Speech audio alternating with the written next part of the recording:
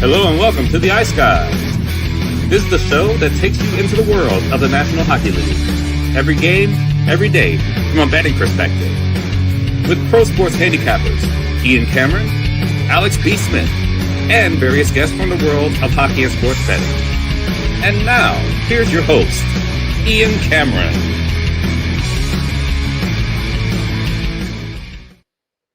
Welcome to the Ice Guys, Thursday, October the 30th. Ian Cameron, Alex B. Smith with you as always, and we are joined here today on the show by someone that was with us for the Carolina Hurricanes season preview video. We did 32 teams in 32 days, season preview videos for every NHL team before the season started, and we had David join us for the Carolina Hurricanes. He's from Raleigh, North Kakalaki. He goes to pretty much every Carolina home game as a season ticket holder, and he is back here today for the first time making his live show debut to break down every game on this Thursday slate. David, welcome back. How are you?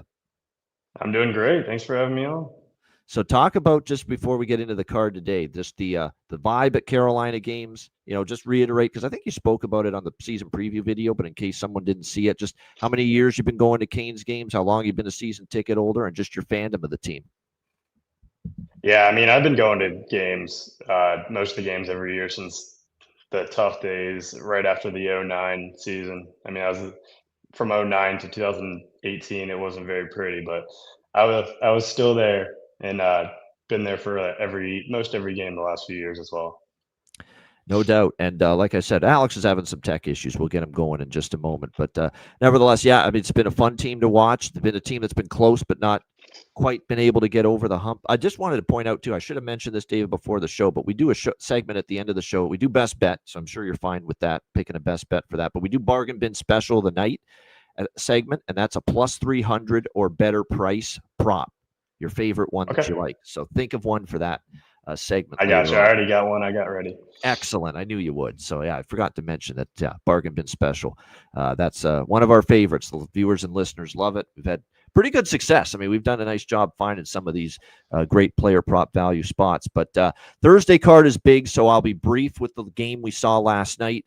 And it was a great game from a betting standpoint for yours truly. We had the over by Fecta in the Leafs and Blue Jackets last night, over 1.5 first period, over 6.5 full game. It's now unbelievable. It's just stupid. The track record now of these games going over the total with Caden Primo starting in net. Oh, yeah. Unbelievable now. That's his last night for Toronto. That was his 14th start in net in the last two seasons combined between Montreal last year, Toronto this year. And in all 14 Caden Primo starts, we have seen 7 or more total goals scored in the game. And all 14 of those starts have gone over the total. And it happened again last night, as obviously the Blue Jackets put a pretty good beating on the Leafs, 6-3 last night. The final score is kind of flattering to the Leafs because it was 6-1 at one point in that game. But it was an ugly night for Primo. There's a couple goals where it wasn't all his fault. The defense without Tanev continues to struggle for the Leafs. But at the same point in time, there was a short side goal that he gave up. Primo, that he's got to stop, early in that game. And it still was not a great situation at all for him as far as his performance in net. I think when you look, too, at the Leafs, like I said, without Tanev, they've been hurting on the blue line. It's a Columbus team as well that's got the firepower to make you pay when you turn over the puck and you're a little bit lackluster in net. And that's obviously what they were able to do. Toronto just, it's unfortunate because Toronto got it to 2-1. And the guy that scored the goal was Sammy Blais, who entered the lineup in place of an injured William Nylander. So nice to see him get on the board, his first game with the Leafs. And then they were really all over Columbus. And Merzlikins had to make a couple saves, but it felt like the Leafs, they had the edge in shots at the time. They were really carrying the play. It looked like they were going to tie the game. And then just down the ice against the flow of play, Columbus goes and they make it 3-1. And it felt like that took a lot of the air out of the balloon, if you will, for the Leafs. And they never really recovered from that. 3-1 became 4-1, became 5-1. And then Columbus eventually gets the 6-3 win. A bit of a hollow moment late in the game for the Leafs where John Tavares gets his 500th NHL goal. He gets it in a losing cause with the game out of reach. But nevertheless, he does get his 500th goal. So congratulations to John Tavares for that 500th goal plateau. So a 6-3 win for Columbus. And like I said, more issues for the Leafs. I know they had a good game against Calgary, but they're not able to put good wins in a row together. That's the problem right now, Toronto. Just mired in this 500 or slightly below start to the season that continues with that loss last night.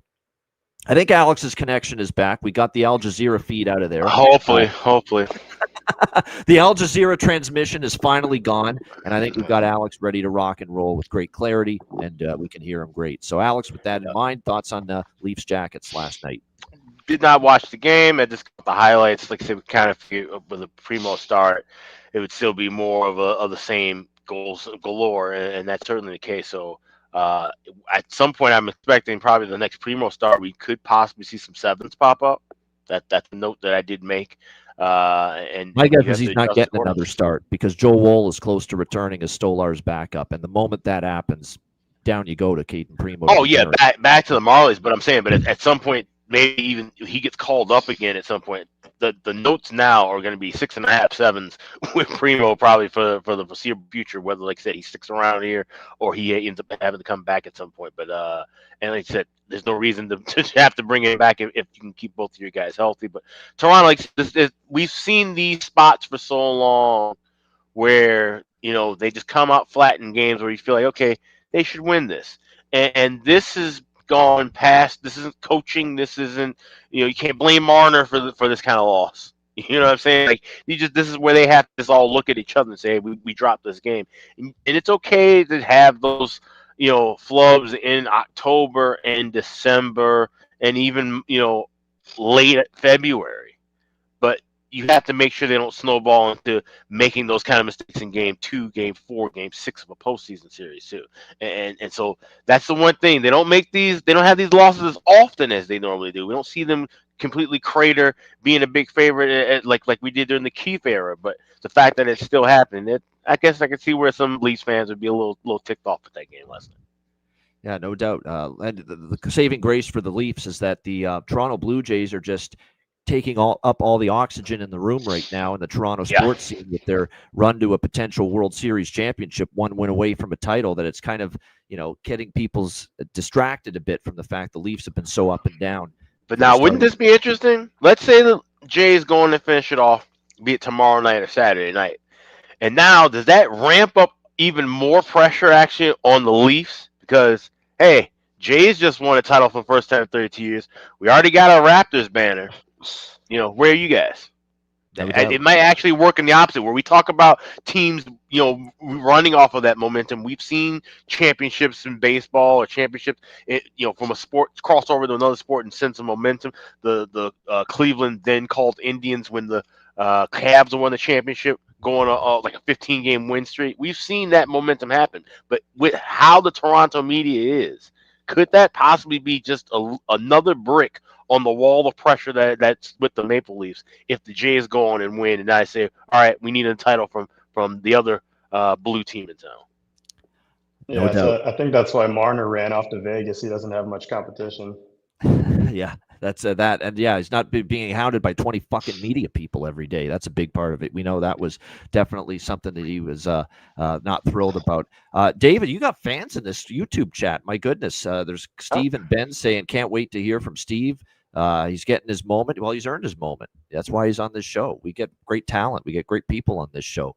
So he's earned it for sure. So with that in mind, David, any thoughts on last night? I know you swept that game. You had Jackets in the over. Oh yeah, I mean, I was all over that. Had the Jackets, the over, the parlay of the two, the Jackets team total over for a bit. I mean, it's Primo. It's kind of, you can see why the Canes dumped him for Bussy not too long ago. I mean, he's struggling, and I mean, I think we got to give the Blue Jackets a little bit of credit on offense too. I think they have the most expected goals per game in the league right now per Money Puck. They're flying. So I think it was a great spot and it worked out very nicely. But I didn't end up watching the game, unfortunately. Yeah, can we say that's a massive pickup too for Carolina, Brandon Bussy, who more than likely will be starting tonight? Yeah. The fact that you had Caden Primo as your third string guy going into camp, but then you were able to make that flip around to get Bussy, and now here's Bussy coming up to the big club and stepping up. That's a hell of a move by Carolina's front office. So. Yeah, no job. Tulsky deserves. Yeah, you can see the talent there. Absolutely. Yeah. Oh yeah, certainly.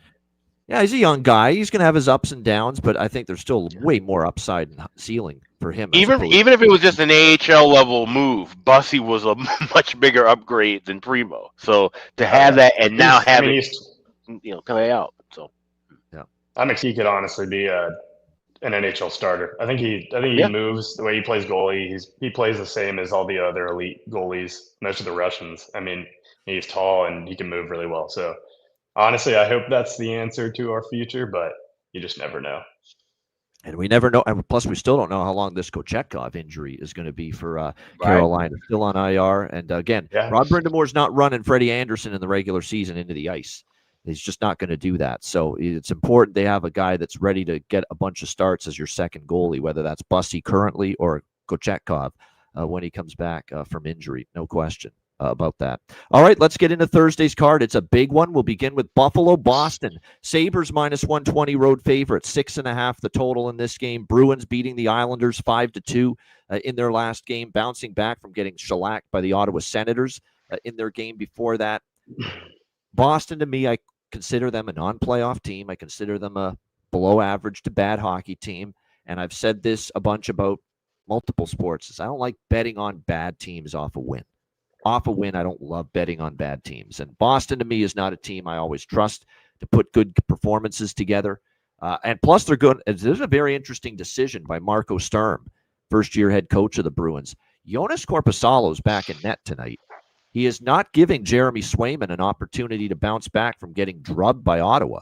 It's back to Korpisalo, who, of course, was in net for that 5-2 victory against the Islanders. Although I'm still not sold on Korpisalo, let's be honest. I mean, he played better in that game, but he had, still got a losing record with him starting this season, 2-3. The numbers still aren't great. He'd given up 3 goals or more in a majority of his starts before shutting down the Islanders. So I don't fully trust him here. Buffalo, I'll say this about Buffalo. We all left them for dead. We were all, let's be honest, we were all lowering the casket on Buffalo after the first 2 games of the season. And then Tage Thompson saying we're sick of this stuff, same old stuff going on. But they've played some good hockey lately. They had a 4-game home win streak. It got snapped, obviously, by the other night by the Columbus Blue Jackets with that overtime loss. And back-to-back overtime losses for Buffalo. So, yeah, even though they've dropped 2 in a row, they lost in Toronto in overtime after beating Toronto at home. And then they lost a tough one against Columbus 4-3 in overtime where they had a lead in the third period. They probably should have closed that one out. Alex Lyon has been, I think, solid in net for the Sabres. And right now, he gives them at least a puncher's chance in most nights. There you go, Jonathan saying 4 of his 5 games. I've had 7 or more goals with Korpisalo in net. That could be a look to the over possibly in this game. And I think the over might be worth a look. I might dabble in that over by Fecta small. But the primary bets for me, for the first time, I think this season, I'm on the Sabres. I'm taking Buffalo here, -120, and I'm just going to split it up with the team total, which I can get over 3 at -130. I'm going to just be a little bit safer with the team total. You could opt to take over 3.5 at plus money with the Sabres. I'm just going to get the 3. I'll lay the -130 and think that the Sabres can get me at least 3 goals, preferably 4 tonight in this game to be able to cash that. So maybe a small over by Fecta. At this point, I might wait live to bet it just to get better prices. But pregame, I'm on Buffalo -120 and the Sabres team total over 3. Alex, what do you think here? Sabres Bruins. Yeah, this is I wouldn't say a live heavy card for me, but there's a couple of spots that I like as far as live betting tonight. This being one of them. This is just a bit of a steep number, and I get where giving Korpisalo the start. This isn't the worst of ideas. Let him build on and try and get some confidence under him. And a Buffalo team certainly is usually a team where you'll see a club throw their backup in to try and get some confidence. Like any bottom feeder. So maybe if that can be the kind of momentum spot they're looking for. Like I said, I just don't know. I don't trust in him. And Lyon, I still don't really trust in him either. I think there's going to be goals back and forth here. This is one where I'll be looking for a team to score next. It could be, kind of a zigzag kind of feel to a game. So I want to wait and see, but I definitely have over by Fecta circled live for this contest. David, what do you like here? Buffalo, Boston. Yeah, I think it's a great spot for Buffalo here off of 2 back-to-back OT losses. I mean, they kind of impressed me like the last 6 or 7 games. The last 7 games, they got a positive half goal, even strength expected goal differential per game. I mean, I think they're just playing a lot better. you look at Boston, I just think they're kind of lost right now. I mean, they're going with Corpusalo tonight. I mean, he's very low on my board of goalies right now. And honestly, Lyon has been kind of impressive. He's saving 0.6 goals above expected per game. I mean, it's early, but I mean, he's not a guy I love, but I think he's above average. And yeah, Corpusalo with minus 0.6 goals saved above expected as well. I think it's a really good spot for Buffalo. David, to your point there, I'm just looking at the goals saved above average, GSAA. Some people call it goals saved above expected, but we've got Corpusalo out of 68 goalies ranked 55th. That's not good. No. You know? Yeah, it's early, but I mean, his numbers have not been great in the last couple of years anyway. I think he's a good guy to fade. I like the over as well, but I got Buffalo at plus 110 yesterday afternoon, but I honestly still like it at minus 120. You know what's great about this category of goals saved above average? I'm looking at the bottom guys. Some of them are not shocking at all. Like Caden Primo being second last. That's not one bit fucking shocking. Not at all. Not one bit. Sam Montembeault being third last. It's not that surprising because we've talked about how he struggled. Joel Hofer being fourth from the bottom. That's not that surprising. You know what is a bit surprising, though? Our guy, and we love him, hungry like the wolf. Dustin Wolf is 63rd right now in goals saved above average. He is like sixth from the bottom. Now, he did play a lot better against Toronto the other night, but before that, he had struggled. Dead last right now, there's actually someone that's worse than Primo. Dead last in goals saved above average. It's actually Linus Ullmark for Ottawa. Oh, yeah. Yeah. He's struggling. And see, and here's the thing. That's why you have to, don't put too much lemon pepper on the chicken, basically. It is a seasoning. We know that Linus Ullmark, eventually his numbers are going to come back up. Like you said, Jonas Corpusalo has had brutal numbers for a while.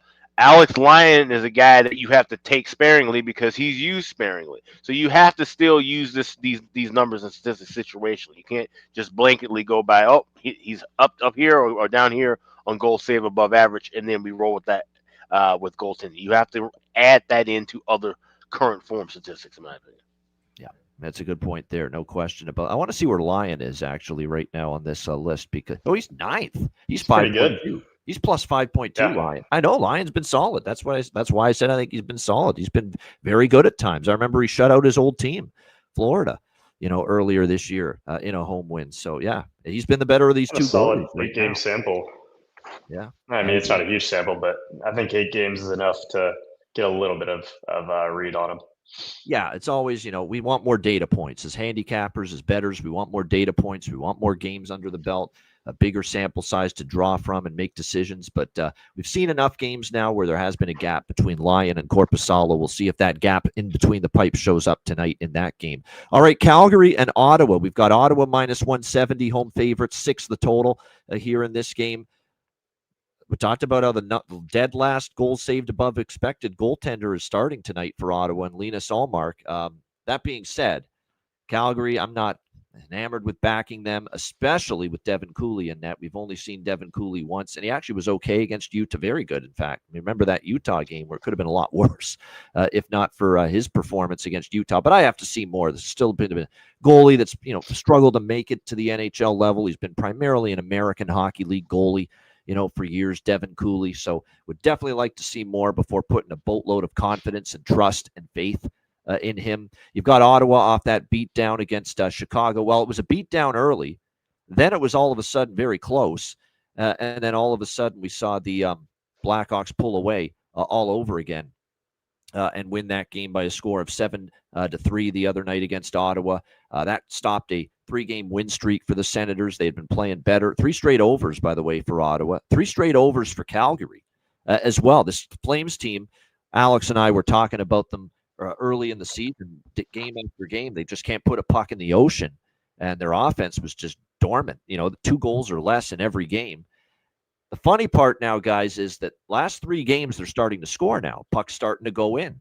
13 goals in the last 3 games. Problem is their defense is getting bad now. They're giving up more goals. They gave up 5 to Winnipeg, 4 to the Leafs in a loss the other night. And now they got Cooley in net. And I know Wolf hasn't had a great start, but I think the problem in Calgary is linked just as much to the blue line issues and the defense as it is the goaltender. So I don't know if Cooley's going to play great. I don't know if with a blue line and it's not below average, in my opinion. I like Anderson and I like Uyghur, and I might take them on my team in certain aspects if I can't get some of the cream of the crop blue line and put them on my team. Maybe I'll go after an Anderson or a Uyghur, but those are the only two guys I would even consider putting on my team from the blue line. The rest of that blue line's a mess, in my opinion. I got in on the 5.5 very quickly because I said if once Cooley's confirmed, this is going to move, and I got over 5.5 at -135, and it's 6 now. I still like the over though. That's the bet for me in this one. I think we'll see some goals, and both teams are scoring. And Flames defense starting to regress. And just Cooley, I don't trust.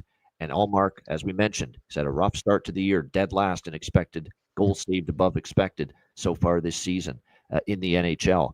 Alex, what do you think here? Calgary, Ottawa. Yeah, it's funny. I got 6 minus $1.05 when those 5.5s were around. So I liked the 6 and played that early because I figured, like I said, we would see that move. And now you're seeing some 6.5s even pop up. So by all means, shop around for the best of the number. You can also tie it with a parlay, which I did play a little small. I like Ottawa tied to the over 4.5 minus $1.10 is the price that I see it. BetMGM, of course, you can combine those at other shops. But like I said, Cooley's the guy who I'm waiting for his regression. I feel like this could be a back and forth kind of a game. Calgary's defense is just brutal, and Ottawa, there was lapses in their defense, obviously against Chicago as well. I don't see that clearing up anytime soon. So definitely hitting the over here. I forgot to mention one prop I liked in the Boston game. 5 straight games with a goal from Morgan Geekie. We just got to ride it at this point, +210. And still a pretty good price. Not a bargain bin worthy price, but still +210 for a guy that scored in 5 straight games. I mean, why not? And in this game, Timmy Stützle for Ottawa has scored in a couple of games in a row. Keep in mind with that. Going back to the well with Nick Cousins, you guys know that. We've hit a couple big plus prices with him playing with Stützle and Batherson on the top line. +700 it was. Plus, we thought, remember on the BetCast on Tuesday, we thought he scored one of Ottawa's goals, but it didn't go off him. It was Sanderson's goal. We thought we had 2 back-to-back bargain bin special winners with Nick Cousins on that top line at +700. But still just the one goal, but he's right there getting chances, getting good looks, and he's got great value to score again for Ottawa tonight up on that top line. David, what do you think here? Flame Sens. Yeah, I got Flames +150. I played it yesterday, saw it kind of tick down to around the +130 mark until Cooley was called in for Wolf. I mean, Wolf kind of said those things about the forwards for the Flames. I don't know if you saw that, but I don't know if there was a little bit of animosity there, but I mean, I don't know. I think they might be a little pumped up to get a good win for Cooley here. I mean, they've played well. They just kind of went through a little gauntlet. Their last 8 games were against the Leafs, Rangers, Jets, Canadians, Jets again, Golden Knights, Mammoth, and then Golden Knights again. I mean, that's kind of this is a brutal strength of schedule. Wow. Yeah. Wow for Calgary. And I mean, wow. in those 8 games, they still put together an average of plus 0.6 expected goals at 5-on-5 play per game. I'm kind of liking what I'm seeing. I think this is a good buy low spot on them. And honestly, I don't really agree with the move on Wolf being pulled out. It kind of jumped back up 20 cents, and he's honestly his last 3 years he's about exactly even in goal saved above average. So I don't know if he's really worth that 20 cents. I mean, Cooley, I don't really know what to expect at it. I mean, I don't think it's worth that drop off. So I'm happy taking the +150 here. I don't mind it. I mean, I'm not laying -170 with Ottawa. I can tell you that. My only concern about taking Calgary is that Ottawa's off the blowout loss to Chicago. But like I said, I just don't want to lay this kind of a price with them. Like I said, I like Nick Cousins for Ottawa as far as a goal prop. For Calgary, the one I like is Morgan Frost. Morgan Frost is going up on the top line with Huberdeau and Kadri. He's got on a 4-game point streak right now for the Flames. And he scored on that top line the other night against Toronto. +390 is the best price out there for Morgan Frost to find the back of the net. And you can still get Cousins despite being on the top line. The price has dropped a little bit, but still +620 is out there for Nick Cousins to find the back of the net. So that's tremendous value for a guy playing on the top line. Yeah. Got to take that shot. Yeah. See that. I think another thing to look at is Olmark. I mean, I don't really know if this is a goaltending advantage for the Sens. I mean, he's saving a full goal under expected per game so far. I mean, like I said, it's early, but I don't really know if that's an advantage for them right now. Yeah, Linus Ullmark in his top form is better than Cooley, but Linus Ullmark in October of this current season, not so much the advantage with the way he's played. That's a fair point. Yeah, I mean the comments, Jonathan, that David's alluding to was when Wolf said, I can't score goals, or but I don't think he meant to throw his team under the bus. But still, it's like one of these, you're tiptoeing along a tightrope, when you're making comments like that, because it does. Some people would construe it as kind of throwing your offense and your forwards under the bus a little bit, but he's got to play better too. He holds some culpability. He's got some culpability too. Dustin Wolf for the sluggish start. Yeah, I more meant like it's a little. I bet the forwards think it's a little ironic when he's saving. He's got like a -9 goals saved above average right now. I'm sure his teammates might think it's a little ironic that he's making those comments right now. Yeah. All right, next game's a good one. Wait, here's the thing too. It doesn't necessarily. Okay. It is ironic that he's making those comments about the forwards can't score. But here's the biggest thing, and just to wrap it back up to what we've been saying the whole time, it's the blue liners. He can't get out there and create active sticks between the circles. He can only stop the shots that's in the crease as well. So it's a collective. And at the end of the day, Calgary's offensive issues have carried over from last season. So you can't really give him shit for calling them out when he's really been the only consistent piece, even when he's been inconsistent. The only stick. I agree. I mean, he was the best player on their team last year. Bingo. He's the best player now. One of them. This is probably true. Yeah. But just speaking from inside that locker room, I think they might get a little bit of jump from having Cooley in there. They certainly did the first game. I know they lost to Utah, but Utah, he played a heck of a game against. I got to see more, though. I got to see him do that again, quite honestly. But like I said, it'll be interesting to see. Matt Coronado, is he scratched? Good question. Let me just check the lineups right now. He is. He's out again.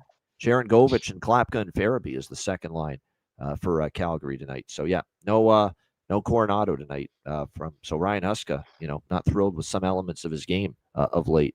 All right, this is one of the games of the night for sure. Dallas and Tampa Bay. Tampa Bay -150, home favorite, 6 the total here in this game. Anytime I see Dallas at this price, I'm very tempted to take them, at +130.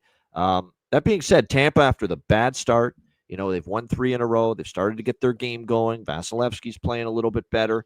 And Dallas has won 3 in a row too, but Dallas, they beat Carolina with a banged-up blue line. Nashville, it's not anything to write home about. Washington in a 1-0 game. So, I don't know. I kind of said a few games ago during the losing streak, we're going to not bet Dallas for a bit. Now, last year, it was Dallas winning in Tampa, Tampa winning in Dallas, so the road team won both meetings. It's Ottinger and Vasilevsky, the goaltending matchup, great matchup. I have a mild lean to Dallas, but I don't expect to really get involved with it. Just a lean to the Stars, probably a no-bet game for me, at least pregame when it comes to this one. Alex, what do you think here, Dallas, Tampa Bay? Yeah, like I said, just got to kind of wait and see with these two teams. This normally would be a game that we'd be stoked about with these two teams if they were in their usual forms. But, this is one where I can wait and, like I said, look for something if it pops up. If not, and just move along with it. And there's the stat that Jonathan mentioned. Jonathan cashed with it on the BetCast on Tuesday the other night, cashing Dallas under 0.5 in the first period, their team total. Dallas 6 straight games without a first period goal. So keep that in mind. They have not started off hot offensively for many games in a row. Again, 6 straight without a goal in the opening period for Dallas. David, what do you like in here, if anything? Stars, Lightning. Yeah, I got the Lightning -142. I think it's up. I think -145, -150 in the market right now. But I think this is a really good spot for them. I'm kind of low on the Stars, to be honest. I mean, they've won 3 straight really close games. Beat my Canes when. Don't let us ever have David on the show when Matt Robinson's with us after a comment like that. Big Stars fan. Go ahead. Oh, you know why I don't like the Stars right now, but yeah. But no, I think they're a good. I think they're a good team to bet against right now. I mean, they've had some good fortune in some close games, which I mean, you can't take that away from them. But yeah, I think it's a good spot for Tampa. Their last 6 games, they got a positive 9 goals expected goal margin, plus 4.5 at 5-on-5. I honestly think they've righted the ship. I bought low on them and have taken them the last few games. I think this is another spot to do it. Yeah, obviously they had a bad start. 1-6, and Vasilevsky was struggling. And keep in mind, majority of those games were without Nikita Kucherov. They got him back, and now you're starting to see they're scoring goals again. The team is just starting to play better hockey all around.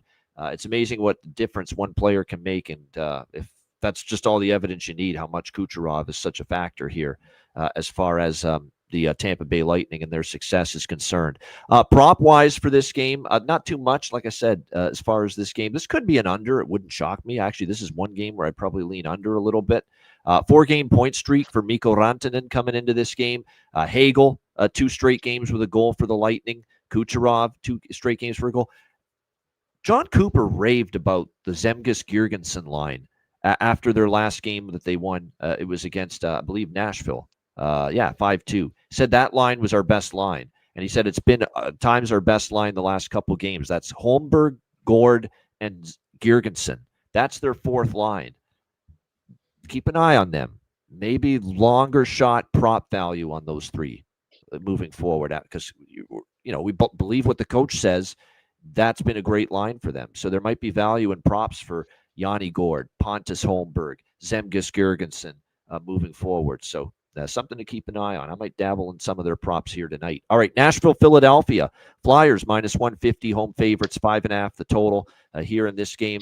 The Flyers getting a nice home win on the Frozen Frenzy night Tuesday against Pittsburgh. That was a fun game, actually. It got a little nasty, a little scrum at the end of the game. Even Trevor Zegras, of all people, getting involved in the scrum. Trevor Zegras, his idea of getting involved in that scrum, though, was just, slap someone in the back of the helmet, but still, at least he's getting involved. That you like to see. I'm sure endear himself to the Flyer fans who love the rough stuff, going back to the Broad Street Bullies days. But Philadelphia, back-to-back shootout wins against the Islanders and the Penguins. They've won 4 of their last 5. Rick Tockett's got them playing solid team structure, solid team defense. Their penalty kill has been pretty good to begin the year. Nashville, there's not much to like on the flip side right now. 3-7 their last 10 games, back-to-back losses at home against Tampa Bay and Dallas. We'll see how they fare here. I like the way Philly's going. Nashville's been bad on the road, 1-3. Philly 5-1 at home. This has all of a sudden been a good place for them here, playing at home. They won last year, both meetings against Nashville, in Nashville, and they also won here at home against the Predators. I like the Flyers here, but I don't like the price, minus 150. So I'm going to look for the Flyers live pregame, or in-game, I should say. I'm going to look for them live in-game at a plus price. But what I will bet pregame, and I don't do this very often, but I noticed with Nashville, they've lost 7 games. 6 of the 7 Nashville losses, they have scored 2 goals or less in 6 of the 7 losses. The only loss they scored more than 2 goals was against Toronto, where they lost 7-4. And who's in net that night? Oh, yeah, Caden Primo, who's one of the worst goalies right now in the NHL this year, statistically. So that's the only time Nashville in a losing effort scored above 2 goals. So I'm going to bet Nashville team total under in this game. Nashville team total under 2.5 plus 100. I think that's a very good look, and it's a way to bet Philly without laying that minus 150. So Predators team total under 2.5 plus 100 with Vladar and net, who's been very good so far this year for the Flyers. I'd say he's even been slightly better than Sam Ersson this year so far for Philly. Alex, what do you think here? Preds, Flyers.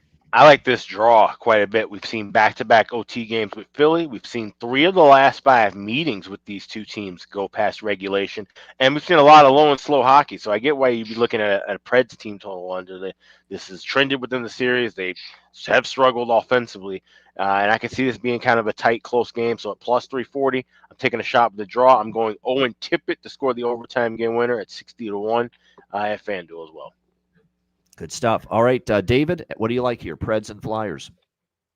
Yeah, I mean, I'm very low on this Preds team. I mean, you look at last year. They were getting priced to their expected numbers, where they had a 50% expected goal share, and their actual goal share was only 40%. And I mean, if you watch their games, they are not anything close to what their analytics say. I mean, I think that the market is playing too closely to how they should be performing. And I mean, if you watch their games, they are not good. And so I'm looking at the Flyers pretty good here. And I think Vladar over Urson is a massive upgrade. I mean, he's outperformed him a ton. Urson, he's had his shot. It's been too long. I mean, this is his second year of just being horrendous. So I think if they can get their guy, I mean, that's what they were missing last year. They had no goaltending. I think they got it this year, and I think they can turn it around a little bit. No doubt. Like I said, I think I like Vladar too. I like Vladar. I still think Harrison could. I'm holding out hope because I had some good hope for Harrison, but you're right. He's still got to get better. And right now, I would say Darth Vladar, as I call him, Dan Vladar's been off to a solid start for the Flyers. Probably outplayed him a little bit. I agree with that. As far as props here, I'm going with Mr. Brink, Bobby Brink here. You're getting him in that plus 370 range. He scored in 33% of Philadelphia's games so far this season. He scored in the last game for them. So, like I said, I think there's a solid value here with him to find the back of the net. Just because of his spot with Ryan O'Reilly and Philip Forsberg on the top line for Nashville, I don't think they're going to score a ton of goals tonight, but Matthew Wood is plus 540 up on that top line for Nashville. They got to sprinkle a couple bucks on that. Anytime I see a top line player at the plus 540 mark to score a goal, you got to take a little small bite of that, and I did just that. All right, it's David's team. Here we go. Next up, Islanders and Hurricanes. We've got Carolina minus 220 home favorites, 6.5 the total here in this game. And by the way, Roman Josi still out for Nashville. Devastating loss. Hurts a blue line that needs him badly on it, so doesn't make matters any easier for Nashville, of course. This game, it's been the gift that keeps on giving for a lot of us. A lot of our viewers and listeners have been riding it too. Islander overs. They've just kept cashing and cashing and cashing this season. The New York Islanders entering this game tonight, 8-1 to the over in their 9 games, and all 9 games have had at least 6 goals so far this season, coming off a 5-2 loss to Boston in their last game. And we've talked about it. We'll just reiterate it quickly. The reason why the Islanders are suddenly a big over team after years of kind of being the opposite, their offense is good enough. It's probably better than it's been in recent years. Horvat, has gotten off to a great start. They've had a lot of different people chip in offensively. And the combination of they're just much worse defensively, the Islanders. And why is that?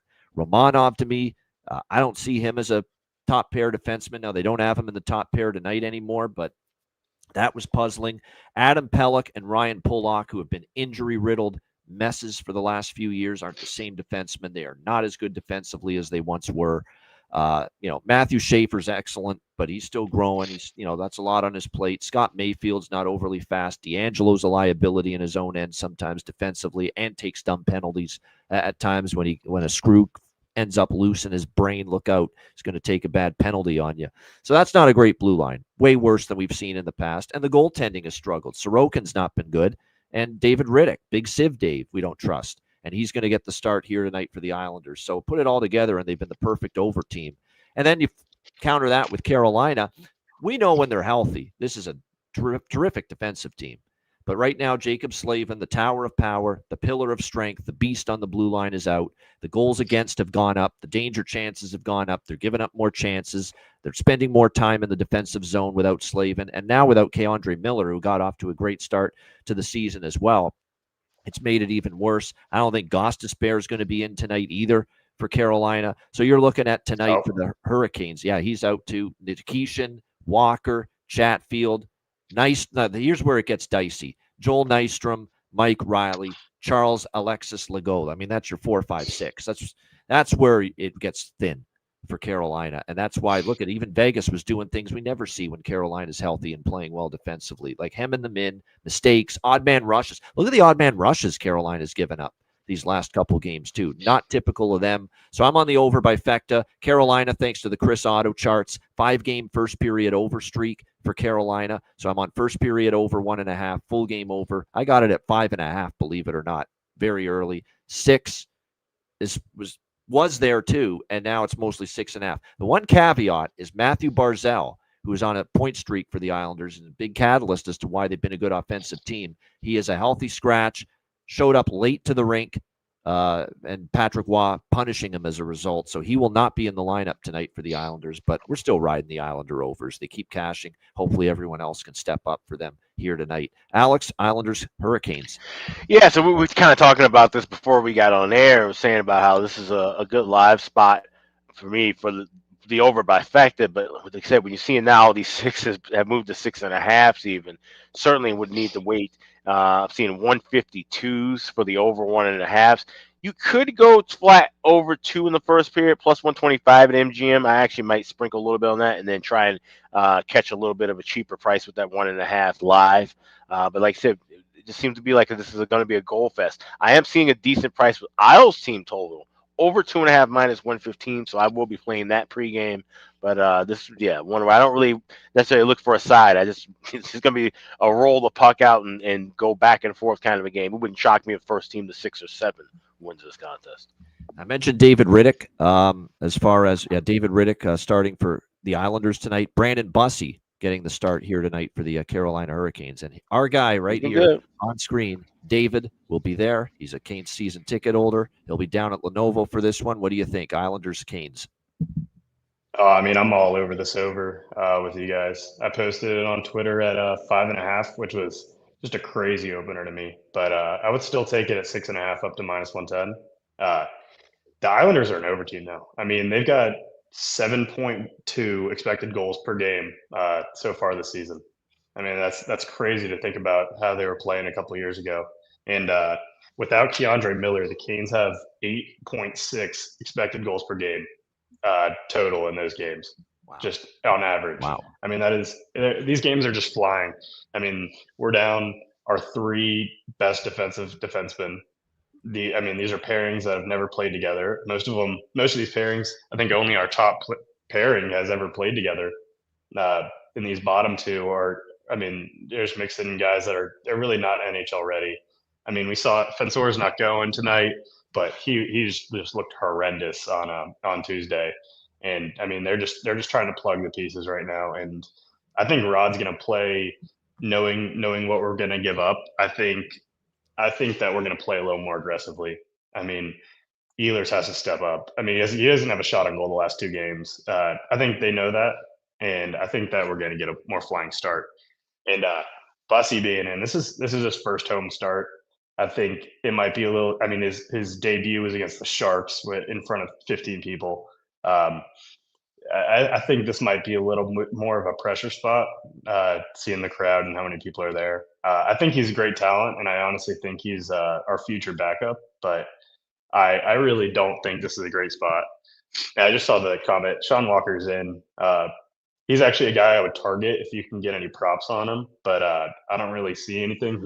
He's starting on the power play, and he's a guy I would actually take anytime goal scorer. I haven't checked what the odds move to, but yeah, I think Sean Walker is going to get a lot of ice time. I think Nikishin's going to get a lot of ice time.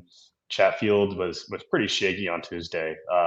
I don't know if he's I've got Sean Walker on the top pair on their blue line tonight, and I've also see him on their number 1 power play unit. So usage is certainly going to be there for him. Yep. Yeah, and I mean, if you look at Nikishin played 28 minutes on Tuesday, so I don't think Rod's afraid to use his best defensive guys. I think he's just gonna throw them out there as much as he can. And even just to get a point for Sean Walker, it's plus 150. Which is still a pretty good price for that. Yep. Yeah, I don't think that's adjusted for him being on the top power play. I mean, Gossespierre is out. Slavin, obviously, and Miller. I mean, it's just not, the defensive breakdowns are insane. So yeah, this is definitely an over I would target. It's my favorite play of the day. Probably not my favorite play of the day at 6.5, but it's definitely something I would still bet. No doubt. Yeah, as far as props, this is a good game. We should see goals, so a good game to sprinkle on props. Palmieri at plus 260. I like Horvat, who's gotten off to a good start for the Islanders. You look at the lineup adjustments for the Islanders. We'll have to see how Patrick Waugh adjusts things without Barzal, who's going to be up on that top center spot. I got to go with Emil Heineman for the Islanders, too, with what he's been doing lately, plus 400 in that range for him to score a goal. And then on the Carolina side, Jordan Martinook is streaky. Finally scored the other night. I think Martinook, that line had a good night, plus 650 for him. Stankoven, scoring the last game, plus 300. Like that price with him as far as finding the back of the net. Those two in particular are my favorite. Svechnikov, maybe. Now, you don't get the bargain bin price, plus 250 with Svechnikov, but Svech finally got a goal the other night. And like I said, maybe a little more of a confidence builder for him. No question about that. And talked about Walker. Nikishin's going to be his partner on the top pair, so maybe Nikishin props, something to maybe consider. Yeah, you can see that Rod's not afraid to play him. He played 28 minutes on Tuesday. I mean, it did help that Nystrom was out for a period and Gostisbehere was out, but I still could see them playing in the 23, 24 minute range. All right, Pittsburgh and Minnesota. We got Minnesota minus 160, home favorite, 6.5 the total. I'm not a big fan of the Penguins, but they do play well in October. They've gotten off to good starts in the past in October. This is more just, Minnesota playing the way they are at this price. I'm on Pittsburgh, plus 140. And I'm not a big advocate of the Penguins by any stretch of the imagination, but they've won 4 or 5 here in Minnesota. They've had the better of it here in the series history in the last 10 meetings. The Minnesota Wild cannot put both aspects of their game together, both ends of the ice. One night their defense is good, one night it's not. One night they're scoring, one night they're not. That was a game against Winnipeg where I thought they played very well, but like I said, still found a way to lose in overtime to the Jets the other night. Pittsburgh, look, they've been good here in the month of October. Certainly offensively they have. I mean, Crosby's playing so well. Malkin has turned back the clock and had probably the best month of he's had in a very long time. For the Pittsburgh Penguins. Brazeau has been an unexpected offensive source for the Penguins early in the season. Mantha, they finally have the Crosby-Rust combination going. I mean, now the blue line is still a work in progress and still what you're worried about, along with Jari, who's going to get the start in net here tonight for the Penguins. It will be Philip Gustafsson for the Wild. But at this price, with the way Minnesota's going, I just had to I had to bet something here at this price with the Pittsburgh Penguins plus 140. I like this over by Fecta too. I'd maybe wait live in game because I got it at better numbers, but over 1.5 and over 6.5, depending on which number you find. I do think we'll see goals here tonight too with Penguins and Wild. Alex, what do you think here? Pittsburgh, Minnesota. Yeah, this is a interesting battle. If you were talking about this game at the beginning of the month, you certainly wouldn't think that the Wild would be the struggling team and Pittsburgh being the team that looks like a decent club so far, but that's the case. And I don't see where things clear up for the Wild. Now, series history leans towards Pittsburgh, but I kind of sprinkle a little bit of salt on the last few meetings, right? Especially when you look back last year, it was the grand farewell for Marc-Andre Fleury. So, it was a whole lovey-dovey kind of wine and cheese feel to both games, being in Pittsburgh or St. Paul. And it kind of carried over into the start and into the game. There was a bit of an emotional feel. I don't think any of that's going to be here at all, and it shouldn't be. Okay, you need to throw all of that out the window, especially if you're the Wild. You got to get shit rolling at home and soon and quick. You need goals early, and they've been a first period over team, so that's what I like here. I like first period over 1.5. I got minus $1.20 earlier today. I also like both teams to score here as well. The Wild got to wake the fuck up. I don't know if they will, but they need to do something early and soon because this is getting out of hand. No doubt they need to win badly. There's no doubt they're 1-4 at home this year. Maybe they need to call it XL Energy Center again. Get this Grand Casino bullshit out of here. Just get rid of it. It should go back to the XL again because you're right. 1-4 at home, not pretty. A bunch of props I like, but we'll get David's thoughts first on this one. David, what do you think? Pittsburgh, Minnesota. Yeah, this is another one where you probably wouldn't have looked at the season and expected these to be two teams you're looking to target for an over. But I mean, they're just flying. The Penguins are not afraid to let the game fly. Yeah, I got the over 6.5 here at plus 110. I mean, these are both just over teams. The Penguins averaging 6.95 expected goals per 60. The Wild at 6.9. I mean, I think that these are two good high event teams. It's not my favorite play of the day, but I think that this one goes over. All right, good stuff. Yeah, as far as props, I'll throw up Mantha goal, Brazeau goal, You can't go wrong with Crosby, Malkin right now, but those two in particular, I think, are a little more value in the bargain bin range. Plus 325 on Mantha, 400 on Brazeau.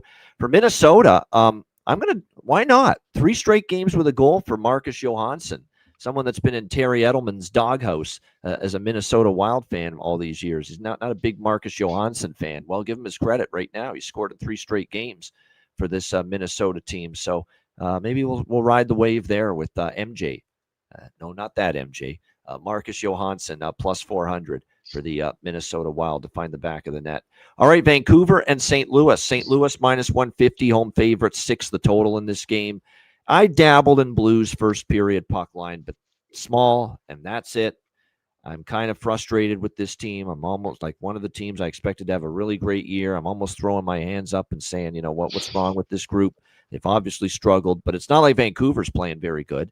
And Vancouver is obviously dealing with a ton of injuries as well. Connor Garland out, Quinn Hughes out, Teddy Bluger out, Philip Hedl out, Derek Forbert out, Niels Oglander out, Jonathan Lekaramaki out. I mean, it is a mass unit for Vancouver as the injuries and the attrition are mounting significantly on this hockey team right now. And the Blues obviously have key injuries. Robert Thomas and won't you be my neighbor, Jake Neighbors, both out is not a good sign for them either. So I think St. Louis starts strong. They need a good start. They're not going to win this game if they fall behind. They need a good start. And that's the one thing about St. Louis, even in the Detroit game and the Pittsburgh game that they lost earlier this week. The first period was one of their better periods of the game. So at plus 160, I think there's decent value. Blues minus a half. First period puck line plus 160. I'm going to sprinkle on over. Is it 6 still, or is it 5.5? No, there's still some 5.5s out there. DraftKings, FanDuel. This is to me is just 2 desperate teams. Throw everything at you offensively is what I expect. They need the wins desperately. Blues have lost 5 in a row. Vancouver's 1-4 in their last 5 games. But this is just series history. 5 straight overs head to head with the Canucks and the Blues. So for that reason, I'm going to take over in 5.5. It's not my favorite over on the board, but I bet it because of series history and the fact we're getting 5.5 with it. Alex, what do you think here? Canucks Blues. Yeah, so I like this over by Fecta, and I will look to grab a little bit more of the over 5.5 in game at a better price. But I did grab a little piece at 130 early this morning. I grabbed minus 120 with the over 1.5. And this is one where I'm kind of teetering. I like the series history with the draw, but like I said, St. Louis's form is kind of keeping me away. So I may look for it live if I'm seeing that's kind of a close game if they're trading goals back and forth. But definitely liking the over by Fecta here. This is one where I'm playing it pregame and then adding a little bit more on in-game. All right, there we go. Good stuff indeed. David, anything here? Canucks and Blues. Yeah, I think this is a perfect buy spot on the Blues. I mean, they've just had everything possible go against them. Losing OT games, bad goaltending. Not really from Binnington as much, but I think this is a perfect buy spot on the Blues. I mean, they've got I had it written down here. They're 6th in expected goal share at 5-on-5 play this season, which is kind of crazy considering that their actual goal share is 13% lower. So I think they're really due for some positive regression. I think the Canucks are on the other side of that. The Canucks are 31st in expected goal share at 5-on-5 play, and they've scored 10% higher goal share actually than what they're expected. They got some injuries. I think this is a great spot for the Blues. I wouldn't be surprised if they took out some frustration and just smoked them here. I think some alt lines are good here too. I like Pius Suter's the obvious one, right? He's up the lineup now with some of the injuries. He's a former member of the Vancouver Canucks, now playing with the St. Louis Blues. It's the former player angle, which we often like for player props. So Pius Suter, anytime goal plus 340. If you want to just take his point prop at plus 140, you can do that. I think he gets on the board. And I'm also going to look at someone making their NHL debut. I believe he's going to make his NHL debut. He's been called up from the AHL, where he started off strong with 3 goals down there. Dalibor Dvorsky. Dalibor Dvorsky is his name, and he's going to be on the second line center spot for the St. Louis Blues tonight. And why not? Into the fire, plus 450 to score a goal. You could go plus 205 on him to get a point just to be safer. But why not? Dalibor Dvorsky here for the Blues. They like him. They like this kid. He played good in preseason, training camp. Almost made the team, actually. That's how good he played. But now getting the call up NHL debut for him tonight here for the Blues. So Dalibor Dvorsky will dabble in that for a prop there as well. All right, Chicago, Winnipeg. Winnipeg minus 230, home favorites, 5.5 the total in this game. By the way, it's Binnington and I believe Demko, but Demko has not been confirmed. No, Lankinen is projected, actually, but it will be Binnington for St. Louis. Wow. But yeah, surprising. Yeah, surprising, David. I mentioned that on the show earlier that Adam Foote seems to be running Lankinen quite a bit here early in the season over Demko, which is an interesting call. Both confirmed at goalie post, by the way. Okay, so it is a Lankinen. All right, that would make me honestly I like St. Louis even more. I mean, Demko's posted. I mean, he's saved 10 goals above expected already. Lankinen, we know what he provides, extremely average. Last year he was good on the road, but again, this year he's not been nearly as not quite what we've saw from him last year. Obviously, Winnipeg minus 230, 5.5 the total in this game. Winnipeg Jets off the 4-3 comeback win in overtime against Minnesota. They did not play great. I cashed a ticket with Winnipeg. I'll take it, but didn't really deserve it. But Alex and I think we're both on Winnipeg. Yeah, that was Alex's best bet on Tuesday for the betcast. We'll take it for sure. But like I said, not the greatest performance from the Jets. We'll see if they can play better. One thing I've noted, and I know David mentioned this just before we started the show when we were talking just a little bit about this game, is Winnipeg's peripheral numbers, advanced numbers, not great. Not great, believe it or not, to begin the year, even though they're 7-3. And you look at their recent form, they've just been a little bit more hit or miss, right? Shut out by Seattle at home, 3-0. They did beat Calgary at home, but then they lose 3-2 to Utah.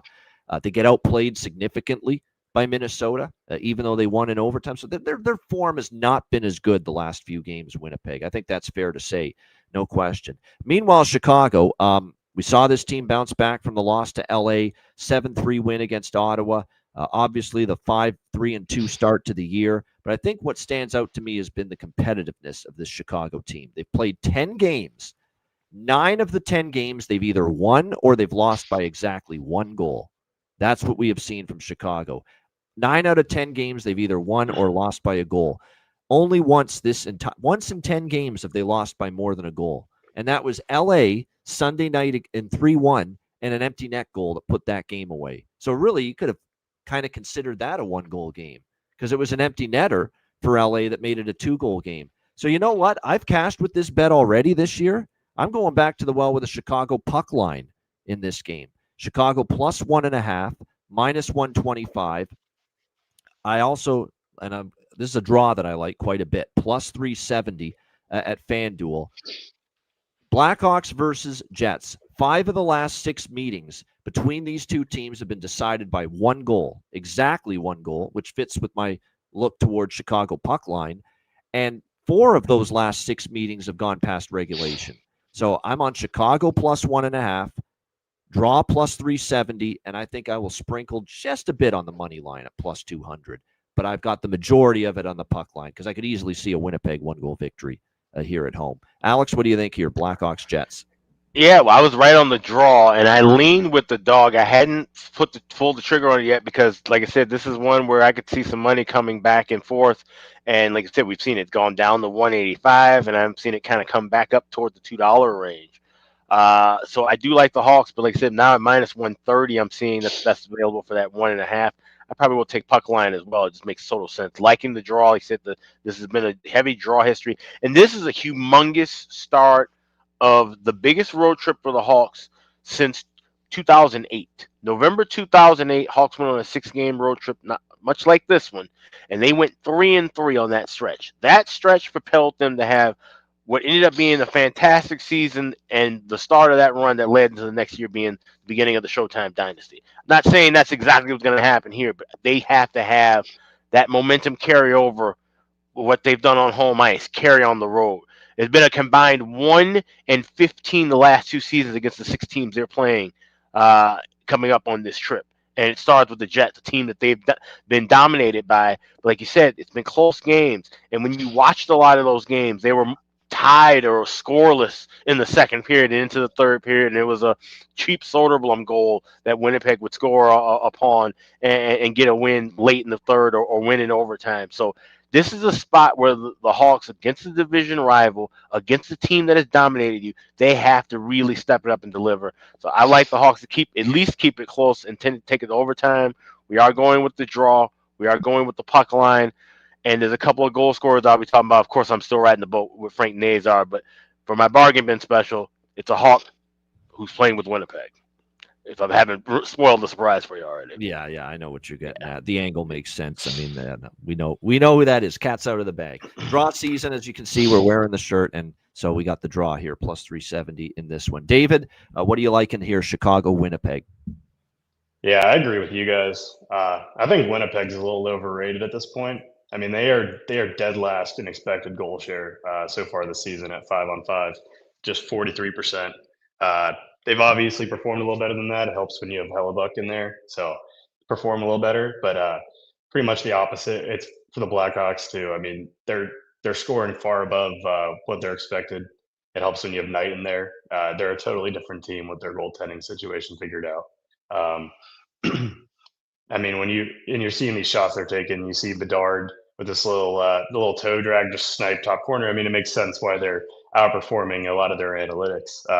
So yeah, I'm with you guys. I'm on the +2. I got +220 last night, but +200 is good too, and +1.5. I saw somebody comment that 2-2 OT. I mean, it just feels destined that this game's going to end 3-2 one way after overtime. Yeah. So it's not a bad look. I would love, and I did dabble in the money line, but I got the majority of the amount on the puck line just to be safe. But I'd love a Chicago 3-2 overtime win. That would just be beautiful. Yes. That would be phenomenal. That would be I great. That would agree be with one you. hell of a profit from this game if that happens. No question. I think they're a good team to take as a big dog too. I mean, they're just kind of a wild card. Yeah, I mean, they could sit down. They're probably not a team you want. I mean, they're not really a favorite, but they're a good team to take as a long shot to keep it close. And that's the thing. How long are we going to get the Hawks at +200? They win this game. If they actually start to win on the road and play well on the road like they've been playing at home.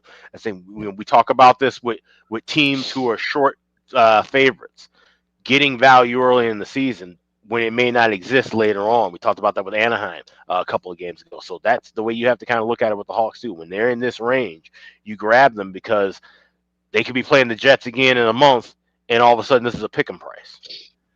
Yep, exactly. Yeah, I mean, I think that they're just going to keep outperforming a lot of their analytics. They don't need to dominate games to be able to score.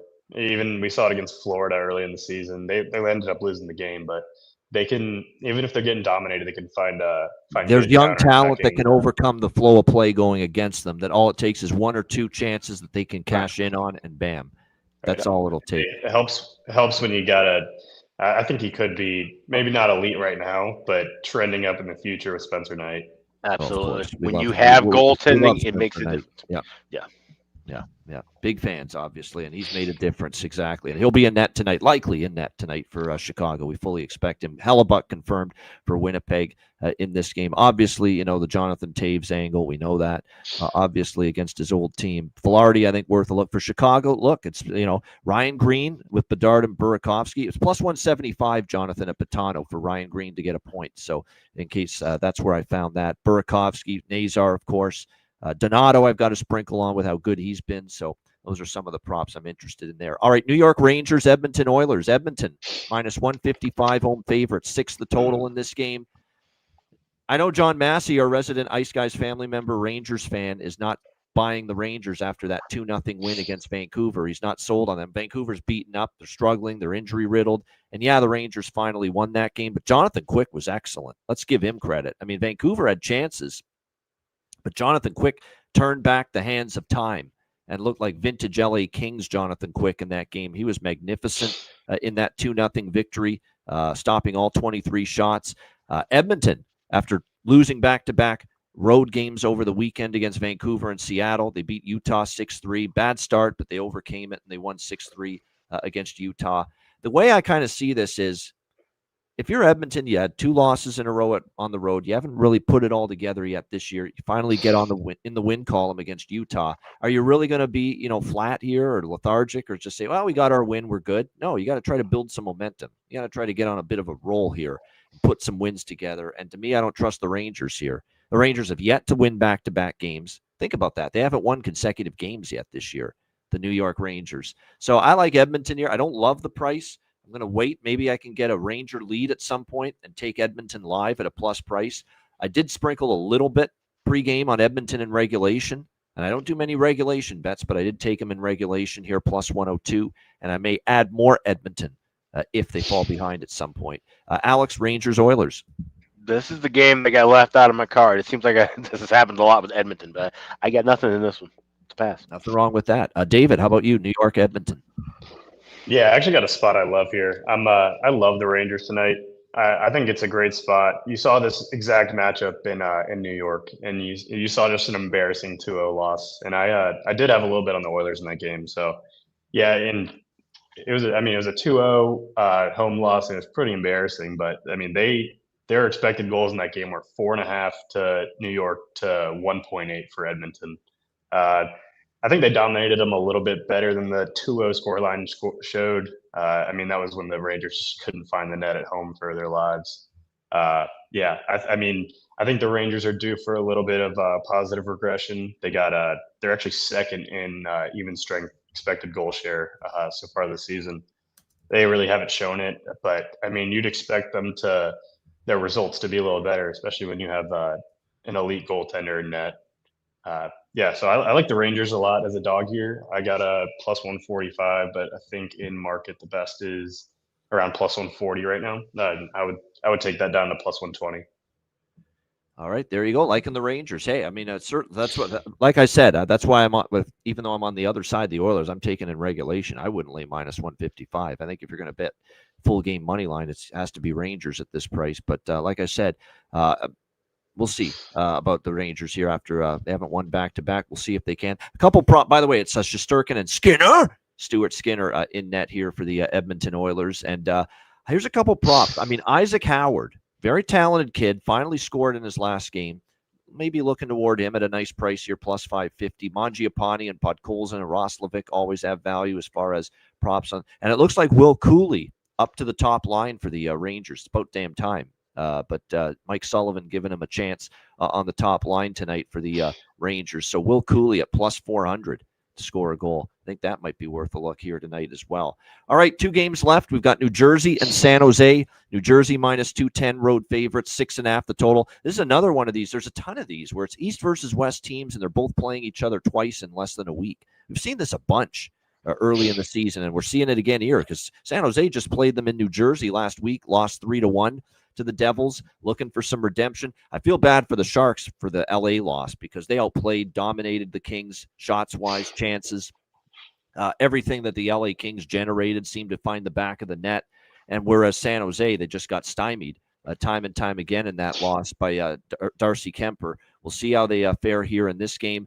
Alex Nedeljkovic will be in net for San Jose here tonight. And Jake Allen getting the start for New Jersey in this game tonight as well. And Jake Allen, top cheddar, one of the great follows on Twitter for NHL and NHL betting, and a big Devils fan. He's said it all along, hasn't he, Alex? He just likes Allen more than Markstrom. He just does. And Markstrom, I know he'd been out for a while, but that was not a great return to action after injury for Markstrom the other night against Colorado. Gets lit up by the Avalanche in that game. So Allen, to me right now, you got to believe it. He probably is the better goalie. San Jose still hasn't won a home game. We'll see if they can finally get off the schneid. They're in revenge, but I don't know if I want to fade New Jersey off a blowout loss and to Colorado, and I don't know if I want to fade them with Allen in net, who's been the better of the 2 goalies. So I'm going to look for a live over possibly, because San Jose games, especially at home, have been over machines. But I'm going to look for something live at a little bit of a better number. Tough for me from a side perspective. This is one I haven't bet yet as far as a side. Alex, what do you think here? New Jersey, San Jose? Usually when we see a team that plays as hot as New Jersey had played, and then they lose that game and end that streak, you tend to kind of see them fall apart.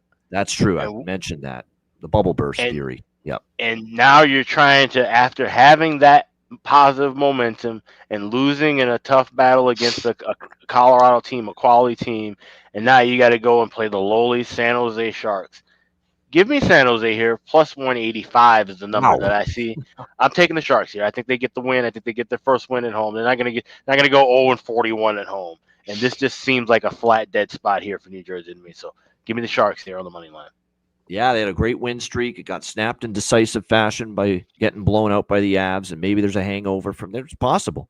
Like I said, I'm definitely not laying minus 210 with Jersey. I can tell you that. But like I said, Allen's been good. Like I said, I don't mind that look, honestly. Maybe San Jose team total. What you should do? Did you bet team total over 2.5 on San Jose or just money? I haven't, but I probably will look at that and grab a little piece of it just to be safe. Yeah, because how many of these games are we going to see this year? And David, you chime in if you agree, that where San Jose is going to score 3 goals this season at home, cash their team total over, but still lose the game because they give up 4 or 5. Yeah. At minus 118. Yeah. Minus 115 to 118. Yeah, I'll add team total along with that money line. Yeah, San Jose's a team I like to split the money line with the team total over. Yeah. Like perfect example was the LA game. The team total over cashes, they score 3 goals, but they lose. At least you split. With the team total over and the money line. David, what do you like in here? Devils, Sharks? Yeah, no, I think the Sharks are just an auto over bet team right now, especially with Nedeljkovic in net.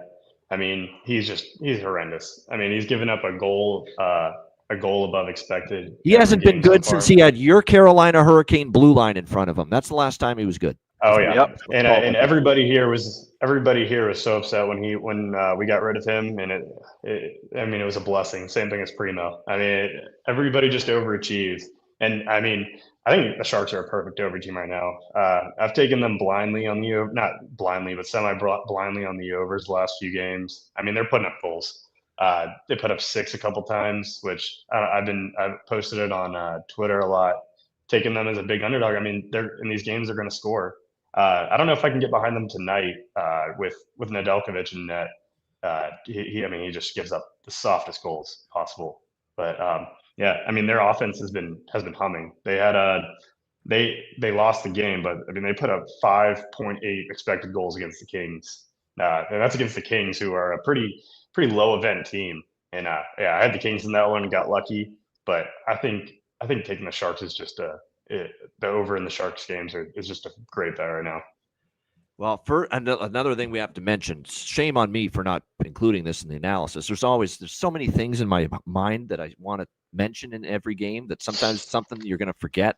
I almost forgot to mention Brett Pesce's injury for the New Jersey Devils on the blue line. That's significant. And the first game without Brett Pesce was in Denver the other night against Colorado. They give up 8 goals. They get lit up like a Christmas tree in October. That's not exactly what you want to see without him. So big loss on the back end. By far their best defenseman, best shutdown defenseman. They got good defensemen, Luke Hughes and Dougie Hamilton. They're not the shutdown guys that Brett Pesce is, and they're going to miss him.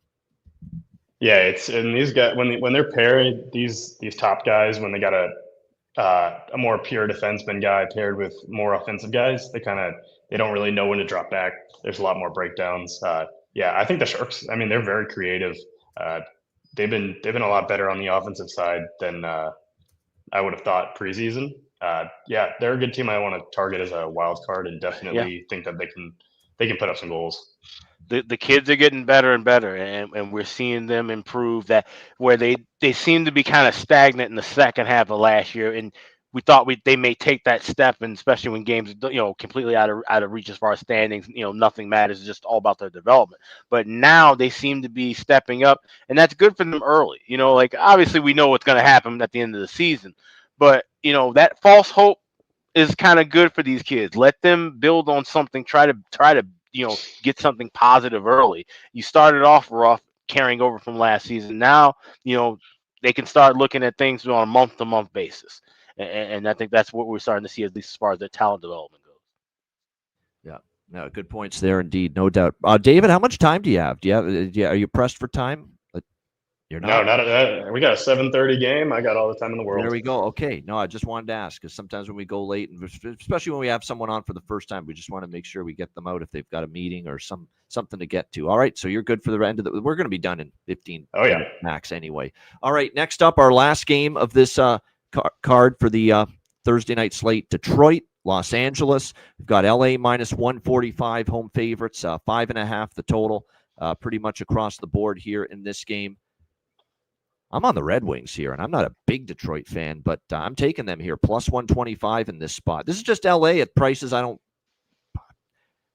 They won against San Jose. That's the most laughable win you'll ever see the other night for the Kings against San Jose. What were the shots? 42-17, outshot by San Jose. Yeah.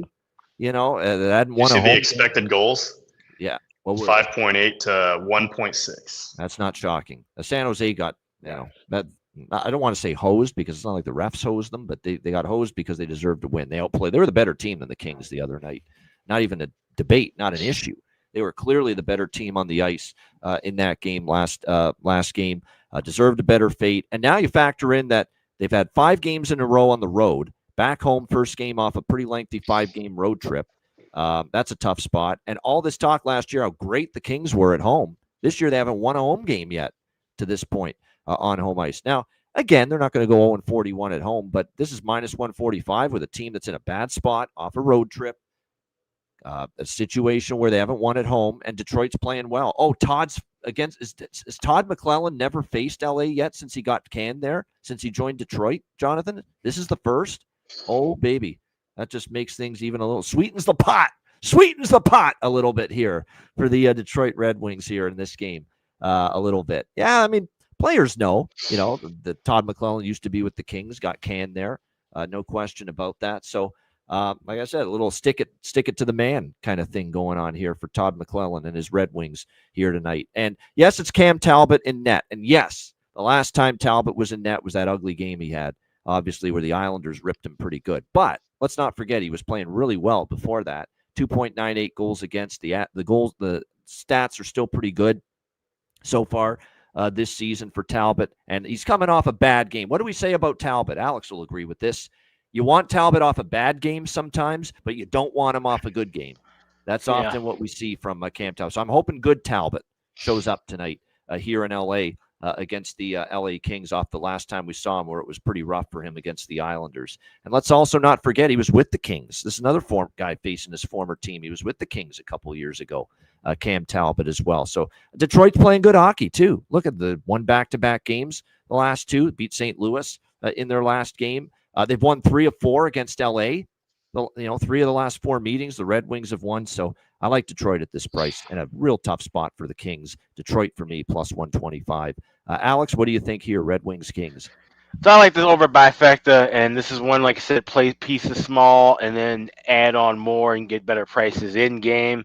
And I would lean with Detroit. I do like that angle of McClellan going against LA.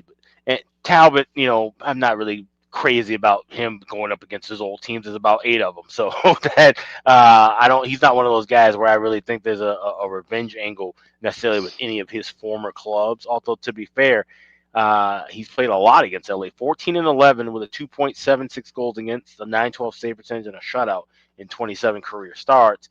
So I would maybe look for Detroit live, but I want to see form first. Like I said, LA hasn't played well at home. Getting home off of the road trip, you want to see what they're looking like the first 5 minutes or so. But this is certainly not a price you can back them pregame. It's hard to justify laying 140 with them against a lot of teams. But Talbot still a bit shaky. Definitely think we could see some goals here. So more with the over bifecta than looking at a side. But if I had to play a side, would lean with the dog. All right, and I lean over too. I do. I might dabble in it, but certainly on Detroit here. Like this price, like this spot here for the Red Wings in this one. David, what do you think here? Detroit, LA.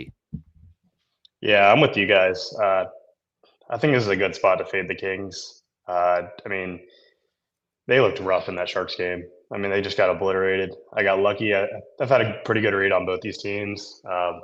Had the Kings a couple nights ago, got pretty lucky there. But the Kings are actually dead last in expected goal share overall this season, which is pretty surprising because they're usually a very good analytical team.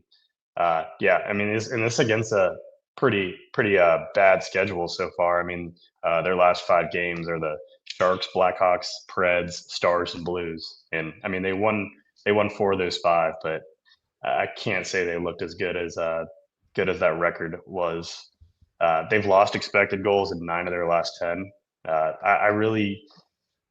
I saw the question about what is an expected goal share. It's expected goals for plus, or it's expected goals for divided by the total expected goals in the game.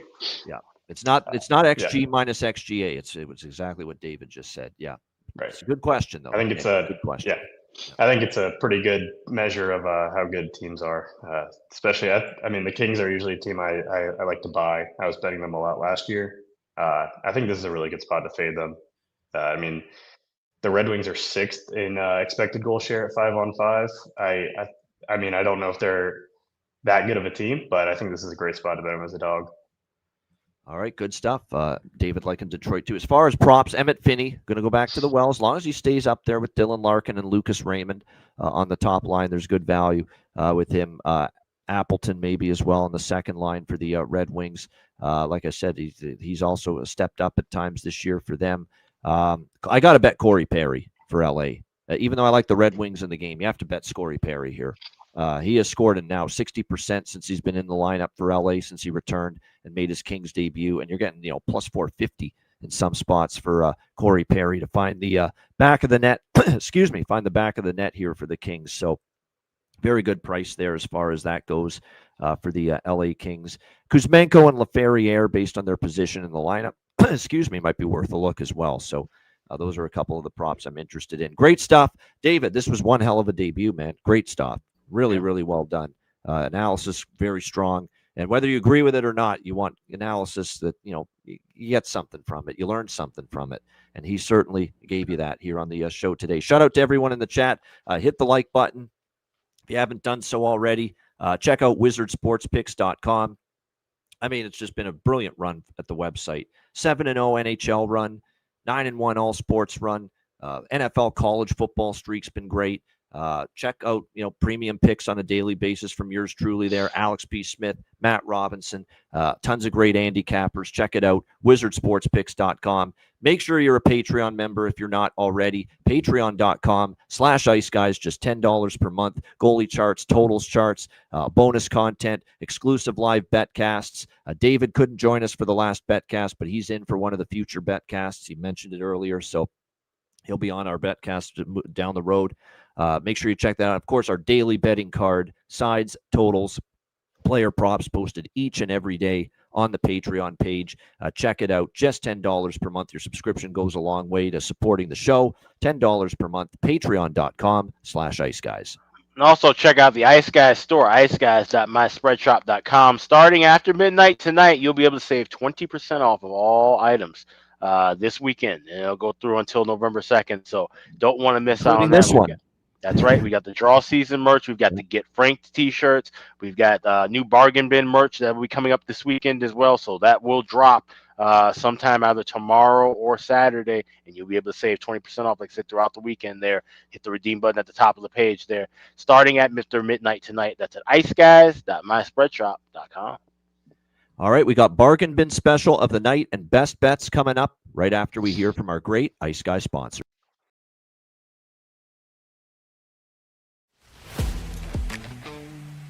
Wizard Sports Picks, featuring the finest handicappers in the universe.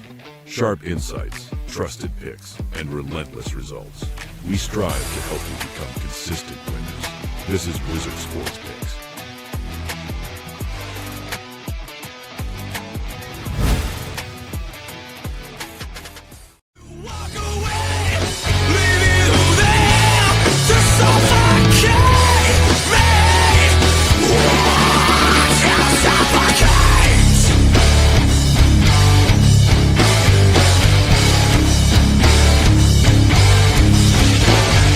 Please for yourself with my mouth is no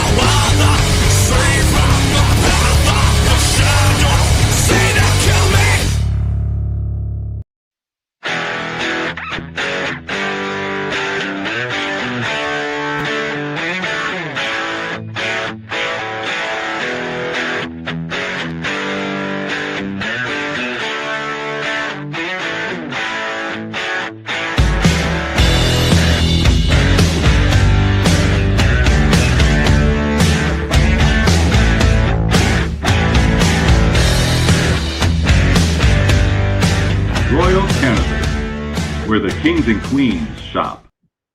Thanks to all our sponsors, including Royal Cannabis Shop, Royal Cannabis at royalcannabisshop.com. Promo code Ice Guys, get 20% off there with that. All right, bargain bin special of the night. Lots to choose from. 11 games. Alex, bargain bin special. What do you got? Yeah, we're going to that Chicago-Winnipeg game, and it will be emotional for a lot of Hawks fans watching, as they will see a familiar face on the other side. That's, of course, number 19, Jonathan Taves, the longtime captain of the Chicago Blackhawks, finally playing against his old club for the first time. You can get his anytime goal score plus 350 at FanDuel. I'm taking a shot there with Jonathan Taves. He will always be the captain. He's just not our captain anymore. But Jonathan Taves of the Winnipeg Jets, anytime goal score plus 350, my bargain bin special tonight. Yeah, I'll be betting that too. Why not? The angle makes sense. Facing the Blackhawks for the first time back in the NHL now with the Jets. Jonathan Taves, Captain Serious for Winnipeg, plus 350 for bargain bin special tonight for Alex. All right, David, this is your grand debut with the bargain bin special segment. What do you got for us? Yeah, one I like a lot is. Can I do two of them? Yeah, I give two all the time. Go for it. All right, sweet.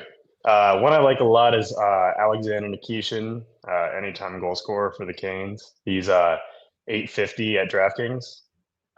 He's going to get a lot of ice time. He just got boosted to the second power play, quarterbacking it. He's been shooting. He's probably going to play 23 to 25 minutes tonight with everybody out. He's been stepping up a lot into the O zone, playing more offensively as a D-man. So I think there's a good chance that he gets on the score sheet tonight. And one other that I like is Andrei Svechnikov, power play point. We played that.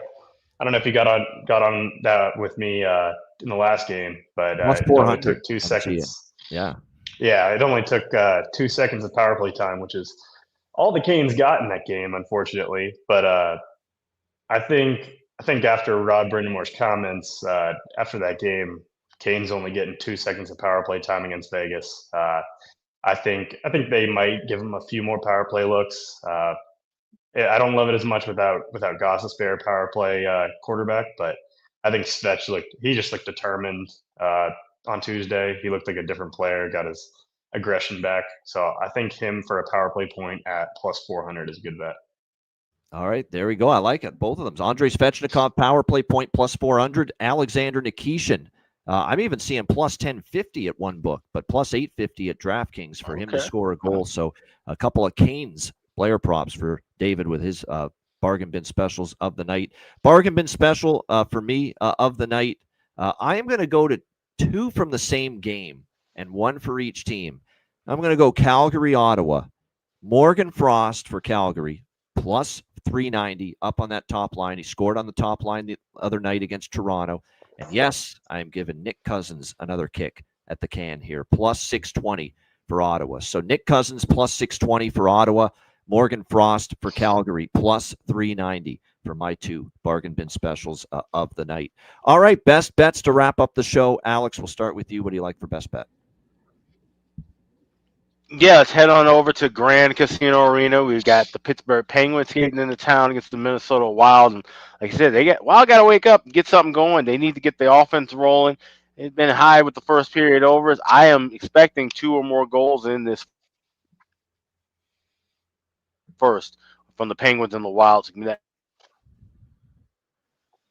All right, I think it's Pittsburgh and Minnesota. We got a couple of just connection issues there, but we got the gist of it there from Alex. First period over, 1.5 with Pittsburgh and Minnesota for Alex with his best bet.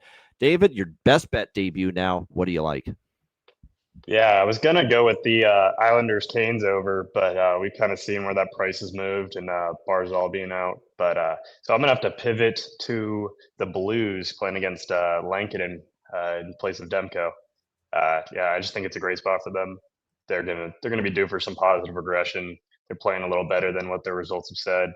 I think it's the exact opposite for the Canucks. I mean, missing Quinn Hughes. They're down a good amount of guys. So yeah, I think this is the spot that the Blues bounce back at home.